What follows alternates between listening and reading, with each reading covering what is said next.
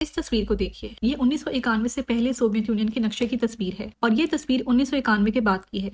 Soviet union या the union of Soviet socialist republics USSR एक socialist state थी जो 1922 से लेकर 1991 तक यूरेशिया में फैली हुई थी। यूएसएसआर दुनिया का सबसे बड़ा मुल्क था जिसका रकबा 2,24,02,200 मीटर था और इसमें 11 टाइम जोन्स आते थे। यूएसएसआर का दारुल हुकूमत मॉस्को था जो इसकी सबसे बड़ी और सबसे ज्यादा आबादी वाली Russian Soviet federative socialist Republic में वाक़ था। 1991 में सोवियत यूनियन अपने अंदरूनी सियासी, इक्तसादी और नस्ली टूट फूट का शिकार होकर टूट गई, जिसके नतीजे में एक मुख्तार रियासत के तौर पर इसका वजूद खत्म हो गया। सोवियत यूनियन के तहलील के नतीजे में 15 रिपब्लिक स्टेट्स वजूद में आईं, जिनमें से एक यूक्रेन भी है। यूक्रेन मशरकी यूरोप में वाक़या है और रकबे के लिहाज से रूस के बाद यूरोप का सबसे बड़ा मुल्क है। अब रूस और यूक्रेन आमने सामने आ चुके हैं और कई दिनों की कशीदगी और बयानबाजी के बाद रूस ने जुमेरात की सुबह यूक्रेन पर हवाई और जमीनी हमला कर दिया है। यूक्रेन पर रूसी हमले की अमेरिका समेत बरतानिया, जर्मनी, फ्रांस और दीगर मगरबी ममालिक ने शदीद मजम्मत की है। जी दोस्तों, अस्सलाम वालेकुम। मुझे कहते हैं सोफिया और आप देख रहे हैं global TV studio. Welcome back to a new video. आज की वीडियो में मैं आपको हालिया रशियन यूक्रेन कॉन्फ्लिक्ट के बारे में बताने जा रही हूँ। ये कब, क्यों और कैसे शुरू हुआ और अब दुनिया में किस तरह एक तीसरी जंग अजीम का पेशखैमा बन रहा है। मालूमाती वीडियो सबसे पहले देखने के लिए मेरे चैनल को जरूर सब्सक्राइब कीजिए और बेल आइकॉन को दबाना न भूलिएगा ताकि आपको नई आने वाली वीडियोस की नोटिफिकेशन सबसे पहले मिल सके। चलिए वीडियो की शुरुआत करते हैं। इब्तदा में रूस की अफवाज शुमाली और मशरकी यूक्रेन में दाखिल हुई, जिसके बाद यूक्रेन में मार्शल लॉ नाफिज कर दिया गया है और अब रूस के सदर व्लादिमीर पुतिन ने अपने फौज को तमाम जानिब से यूक्रेन में दाखिल होने का इंदिया दे दिया है। इस रूसी हमले के नतीजे में तमाम यूक्रेन में खौफ व हरास फैल गया और शहरी महफूज मकामात की तरफ जाने लगे, जिसके नतीजे में यूक्रेन की सड़कों पर गाड़ियों की लंबी कतारें नजर आने लगी। यूक्रेन की हुकूमत का दावा है कि रूसी शेलिंग के नतीजे में मुतादिद शहरी हलाक हुए हैं, लेकिन रूस ने इस दावे की तरदीद की है। रूस के सदर पुतिन ने टीवी पर अपने मुख्तसर खिताब के दौरान डॉनबास खित्ते में फौजी ऑपरेशन का ऐलान करते हुए कहा, हमारे मामलात में जो भी मदाखलत करेगा या हमारे मुल्क के लिए खतरात पैदा करेगा तो हमारे लोगों को ये मालूम होना चाहिए कि रूस का रद्द अमल फौरी होगा और आपके लिए इसके नताइज ऐसे होंगे जिनका सामना आपने तारीख में कभी ना किया होगा। रूसी सदर के अल्फाज सख्त और वाज़ेह थे।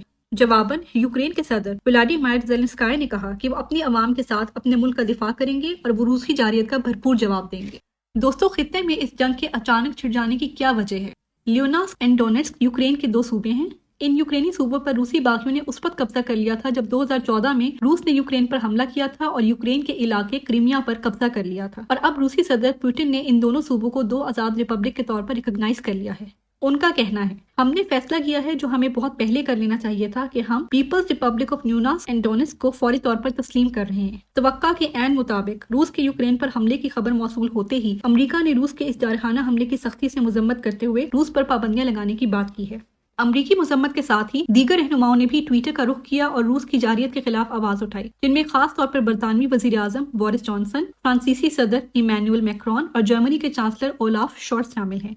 इन तमाम रहनुमाओं ने रूसी जारियत की मजम्मत करते हुए यूक्रेन को यकीन दहानी कराई है कि वो यूक्रेन की आवाम के साथ खड़े हैं। इसके बरअक्स चीन का रवैया कुछ मुख्तलिफ नजर आता है। चीन के स्टेट मीडिया ने एक तर्जुमान को कोट करते हुए कहा है, जब अमेरिका ने नेटो को एक नहीं 5 दफा एक्सपेंड करते हुए रूस के दरवाजे तक पहुंचा दिया तो क्या तब उसने एक बड़े मुल्क को दीवार से लगाने के नताइज के बारे में सोचा था? दोस्तों, इस तमाम मसले का नेटो की तौसीह से क्या ताल्लुक है? इस ताल्लुक को समझने के लिए हमें कुछ साल पीछे जाना होगा जब नेटो का कयाम और फिर तौसीह अमल में आए। नेटो यानी North Atlantic treaty of organization 28 यूरोपीय और 2 शुमाली अमरीकी ममालिक के दरमियान एक बैनुल हुकूमती फौजी इत्तेहाद है जो दूसरी जंग अजीम के बाद 1949 में कायम हुआ। इब्तदा में इसमें 12 ममालिक शामिल थे जिनकी तादाद अब बढ़ के 30 हो चुकी है, जबकि हाल ही में नेटो बोस्निया हर्जगोविना, जॉर्जिया और यूक्रेन को अपने एस्पायरिंग मेंबर्स के तौर पर रिकॉग्नाइज करता है। नेटो के आर्टिकल 5 के मुताबिक अगर नेटो की किसी भी मेंबर स्टेट के खिलाफ कोई फौजी इकदाम होता है तो इसको तमाम नेटो पर हमला समझा जाएगा और तमाम मेंबर स्टेट इस हमले के खिलाफ मुत्तहिद होकर साथ देंगी। यूक्रेन अभी बजाते खुद तो नेटो का बाकायदा मेंबर नहीं है, लेकिन इसके हमसाया ममालिक पोलैंड, रोमेनिया, लिथुवेनिया, लेटविया और एस्टोनिया नेटो के मेंबर्स हैं और इन तमाम ममालिक में नेटो की एस्टैब्लिश्ड मिलिट्री बेसेस हैं। रूस नेटो का मेंबर नहीं है और यूक्रेन पर हमले से पहले रूसी सदर पुतिन ने इस ख्वाहिश का इजहार किया था कि नेटो यूक्रेन को कभी भी मेंबर स्टेट के तौर पर कबूल ना करने के लिए कानूनी तौर पर खुद को पाबंद करे और खित्ते में नेटो को मजीद तौसीह ना दे। इस नुक्ते पर अमेरिका और मगरबी ममालिक का कहना है कि यूक्रेन एक सॉवरन कंट्री है और नेटो में शमूलियत का फैसला खुद कर सकता है। रूस ये भी चाहता है कि नेटो 1997 के बाद बनने वाली मेंबर स्टेट्स में हथियार और फौज तैनात ना करे। सोवियत यूनियन की तहलील के बाद दुनिया को ताकत के लिहाज से यूनिपोलर समझा जाने लगा था, जिस पर अमेरिका का राज नजर आता रहा है। لیکن حال میں طاقت کے اس یونیپولر ٹرینڈ میں ایک بدلاؤ نظر آنے لگا ہے۔ ایک طرف چین ایک معاشی اور فوجی طاقت کے طور پر ابھرنے لگا ہے تو دوسری جانب روس بھی نیٹو کی مشرق کی طرف توسیع کو روکنے پر آمادہ نظر آتا ہے۔ روس کے اس جارحانہ اقدام کے نتیجے میں اس وقت پوری دنیا تیسری جنگ عظیم کے دہانے پر کھڑی ہے۔ روس فوجی پیش قدمیوں کے بعد ایٹامک الرٹ بھی جاری کر چکا ہے۔ اگر یہ جنگ و جارحیت روس اور یوکرین کے بارڈر سے باہر نکلتی ہے تو اس کی حرارت سے دیگر دنیا بھی محفوظ نہیں رہے گی۔ اس وقت دنیا کے 95% نیوکلیئر ویپنز امریکہ اور روس کے پاس ہیں اور روسی جارحیت ایک تیسری عالمی جنگ کا سنگ بنیاد رکھ چکی ہے۔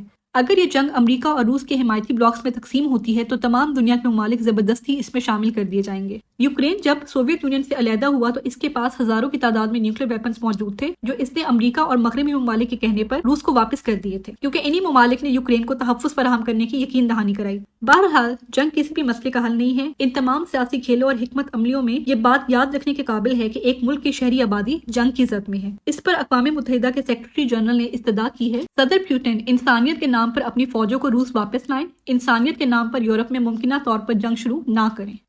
جی دوستو، یہ تھی آج کی ویڈیو۔ امید ہے کہ آپ کی معلومات میں اضافے کا باعث بنی ہوگی۔ ہم سب کو بھی دعا گو ہونا چاہیے کہ دنیا میں امن قائم رہے۔ ٹیک کیئر اینڈ فی امان۔